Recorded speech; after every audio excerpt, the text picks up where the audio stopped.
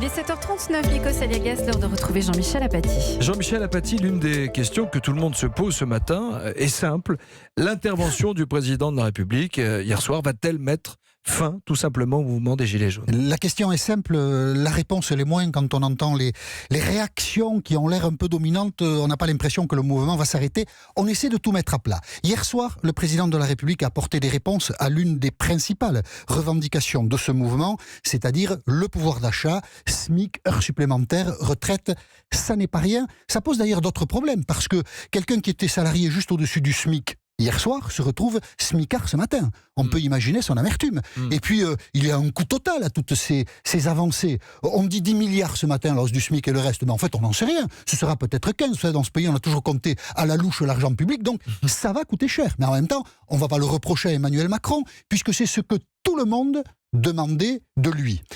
Ce qu'a annoncé hier Emmanuel Macron pose maintenant des questions au mouvement des Gilets jaunes. Est-ce qu'il est légitime de continuer à occuper les ronds-points? Est-ce qu'il est légitime de continuer à bloquer des commerces et à plonger les commerçants concernés dans le désarroi? Eux n'ont pas été convaincus hier. Les Gilets jaunes, ce qu'on entend, non. Donc est-ce que c'est légitime de continuer les occupations? Bon, ils répondront.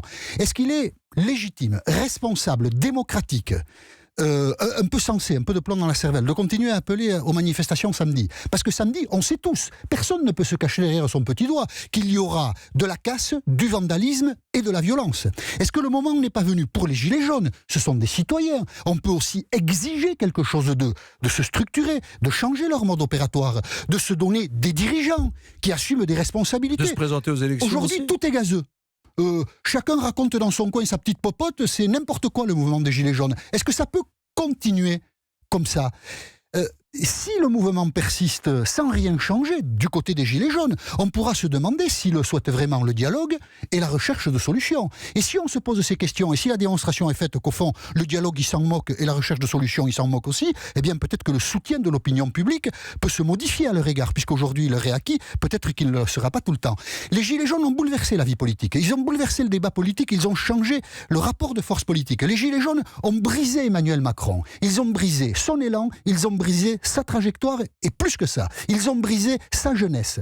Hier soir, à la télévision, Emmanuel Macron n'avait pas l'âge de son état civil, 40 ans, il en avait 50. Est-ce que ce bilan suffit aux Gilets jaunes? Est-ce qu'ils veulent autre chose? Mais ils veulent quoi? Est-ce qu'ils veulent substituer Marine Le Pen et Jean-Luc Mélenchon à Emmanuel Macron? Ils ont le droit, mais qu'ils le disent. Parce qu'à un moment, dans la démocratie, la transparence, ce n'est pas une vertu ou une qualité. Ça n'est même pas... Enfin, c'est une obligation.